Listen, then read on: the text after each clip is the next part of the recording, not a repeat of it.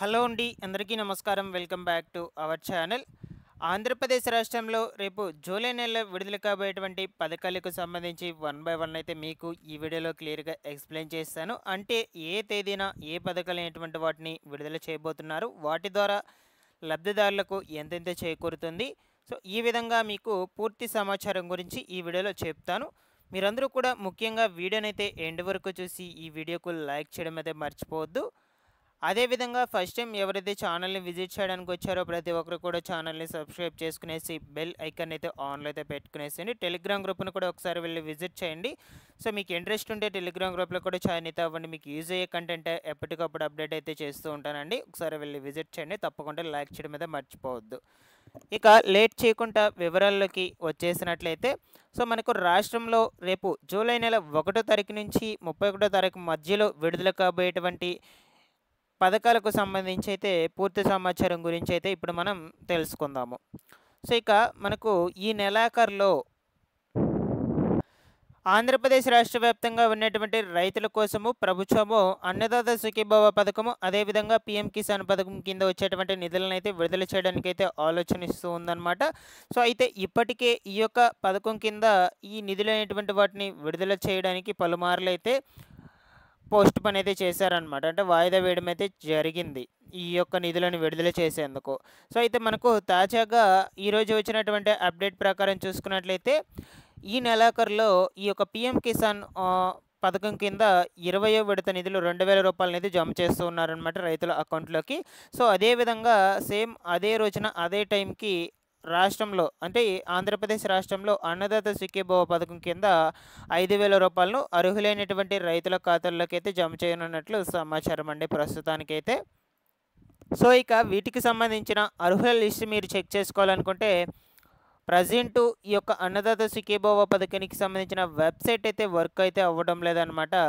So మీరు ఈ యొక్క పిఎం కిసాన్కి సంబంధించి అయితే వెబ్సైట్ అయితే వర్కింగ్లో అయితే ఉందండి. దాంట్లో అయితే చెక్ చేసుకోవచ్చు. నేను ఆల్రెడీ ప్రీవియస్ వీడియోస్లో కూడా చెప్పాను ఆన్లైన్లో స్టేటస్ ఎట్లా చెక్ చేసుకోవాలి, ఓకేనా, అక్కడ అప్రూవల్ అనేటువంటిది ఉందా లేదని ఎట్లా చూసుకోవాలి, మేము అర్హులా కాదని ఎట్లా తెలుసుకోవాలనే విషయం గురించి అయితే చెప్పాను. బట్ అన్నదాత సుఖీభవ పథకానికి సంబంధించి అయితే వెబ్సైట్ అయితే వర్కింగ్లో లేదనమాట. ఇంకా కూడా వాళ్ళు ఈ యొక్క ఎలిజిబుల్ లిస్ట్ అనేటువంటి వాళ్ళను ఇంకా కూడా ప్రిపేర్ చేయలేదు. అందువల్ల మొన్న 20వ తారీఖున విడుదల కావాల్సినటువంటి ఈ యొక్క నిధులను వాయిదా వేయడం అయితే జరిగింది.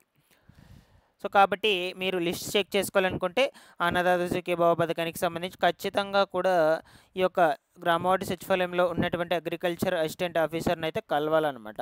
సో అక్కడికి వెళ్ళి మీ ఆధార్ నంబర్ చెప్పినట్లయితే వాళ్ళు అక్కడ ఎంటర్ చేసి అయితే మీకు చెక్ చేసి చెప్తారు. ఈ విధంగా అయితే ఉంటుంది. సో ఇదొక్కటే ఆప్షన్ ప్రస్తుతానికి. ఎందుకంటే ఈ వెబ్సైట్ అనేటువంటిది పని అయితే చేయడం లేదు కాబట్టి ఖచ్చితంగా మీరు అక్కడికి వెళ్ళి మాత్రమే తెలుసుకోవాల్సి అయితే ఉంటుంది, మీరు తెలుసుకోవాలనుకుంటే ఇన్ కేసు, ఓకేనా.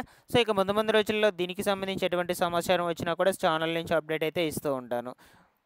సో ఇక నెక్స్ట్ వచ్చేసి 1వ తారీఖున మనకు రాష్ట్రంలో ఈ సామాజిక భద్రత పెన్షన్ల పంపిణీ అయితే ఉంటుందన్నమాట.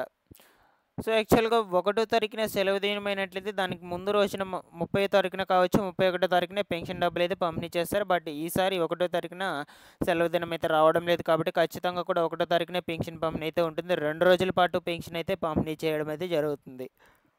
ఇవి వచ్చేసి రెగ్యులర్గా తీసుకున్నటువంటి పెన్షన్ లబ్ధిదారులకు సంబంధించి అన్నమాట. అయితే మనకు ఈ నెల 12వ తారీఖున రాష్ట్రంలో వితంతు పెన్షన్స్ కింద డబ్బులను అర్హులైనటువంటి వాళ్ళకైతే పంపిణీ చేస్తామని చెప్పారు. బట్ ఆ యొక్క వితంతు పెన్షన్స్ను వాయిదా వేయడం అయితే జరిగింది. సో చాలామంది కూడా ఈ యొక్క వితంతు పెన్షన్స్, స్పౌస్ పెన్షన్స్ కోసం అయితే ఎదురు చూస్తున్నారు. 74,000 మంది అయితే ఉన్నారనమాట దాదాపుగా రాష్ట్ర వ్యాప్తంగా కూడా. అయితే ఇన్ కేసు వీళ్ళకి కూడా ఈ యొక్క 1వ తారీఖున ఇవ్వబోయేటువంటి సామాజిక భద్రత పెన్షన్స్తో కలిపి ఈ పెన్షన్ డబ్బులు కూడా ఇచ్చే ఛాన్స్ అయితే ఉండొచ్చు. సో నేను ఖచ్చితంగా అయితే ఇస్తారని అయితే చెప్పడం లేదు, మేబీ ఇవ్వచ్చని చెప్తున్నాను. ఎందుకంటే వీటికి సంబంధించిన అర్హుల లిస్టు కావచ్చు, అదేవిధంగా ఈ యొక్క బడ్జెట్ కావచ్చు, మొత్తం కూడా రెడీగా అయితే ఉందన్నమాట. సో అందుకల్లా ఈ పెన్షన్ డబ్బులను ఇన్ కేస్ పంపిణీ చేస్తే 1వ తారీఖున రెగ్యులర్ పెన్షన్ లబ్ధిదారులకు పంపిణీ చేస్తారు కదా, వారితో పాటుగా పంపిణీ చేసే ఛాన్స్ అయితే ఉండొచ్చు అనమాట. సో నేను ఎప్పటికప్పుడు అయితే అప్డేట్స్ అయితే ఇస్తూ ఉంటాను ఛానల్ నుంచి. ఈ పెన్షన్లకు సంబంధించి రెండింటిని ఒకేసారి ఇస్తారా లేదంటే ఒక పెన్షన్ రెగ్యులర్ పెన్షన్స్ని ఇస్తారా, ఆ వివరాల గురించి ఛానల్ని సబ్స్క్రైబ్ చేసుకునేసి రెగ్యులర్గా పెట్టేటువంటి వీడియోస్ని అయితే ఫాలో అవుతూ ఉండండి. సో ఇక నెక్స్ట్ వచ్చేసి మనకు నెక్స్ట్ మంత్ 5వ తారీఖున ఈ తల్లికి వందనం పథకం కింద ఇంకొకసారి 13,000 రూపాయలైతే జమ చేస్తూ ఉన్నారనమాట. అది ఎవరెవరికి జమ చేస్తారంటే ఇప్పటిదాకా ఎవరికైతే ఖాతాలకు డబ్బులైతే జమ కాలేదో, ఓకేనా, ఏమైనా రిమార్క్స్ ఉన్నట్లయితే, సో ఇన్ కేసు గవర్నమెంట్ అధికారులు రాంగ్గా ఏమన్నా అనర్హుల జాబితాలో ఎంటర్ చేస్తున్నా సరే, ఓకేనా, ఈ విధంగా చాలానే ఉన్నాయి రిమార్క్స్. వీటి వల్ల మీకు ఇన్ కేసు ఆగిపోయినట్లయితే డబ్బులు, సో అటువంటి వాళ్ళందరికీ కూడా 5వ తారీఖున ఈ డబ్బులన్నింటినీ కూడా విద్యార్థులు ఎవరైతే ఉంటారో వాళ్ళ యొక్క తల్లుల ఖాతాల్లోకి అయితే జమ చేస్తామని చెప్తూ ఉన్నారనమాట. తిరిగి మళ్ళీ 5వ తారీఖున వీళ్ళకి కావచ్చు. అదేవిధంగా ఫస్ట్ క్లాస్ ఎవరైతే జాయిన్ అవుతున్నారో ఇప్పుడు, సో అటువంటి వాళ్ళకి, అదేవిధంగా ఇంటర్మీడియట్ ఫస్ట్ ఇయర్ జాయిన్ అవుతూ ఉన్నటువంటి వాళ్ళందరికీ కూడా 5వ తారీఖున అప్లై అనేటువంటిది చేసుకునేటువంటి వాళ్ళకు 15,000 రూపాయలు అయితే, సారీ 13,000 మాత్రమే, 15,000 కాదు, ఓకేనా. సో ఈ యొక్క 13,000 రూపాయలు అయితే బ్యాంక్ అకౌంట్లోకి జమ చేయడం అయితే జరుగుతుందన్నమాట.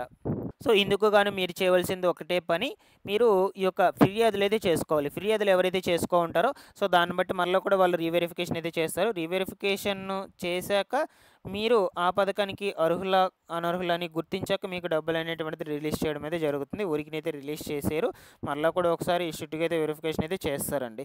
సో ఇక 5వ తారీఖున తల్లికి వందనం పథకం కింద 13,000 రూపాయలు అకౌంట్లోకి మళ్ళీ అయితే జమ చేయబోతున్నట్లు సమాచారము.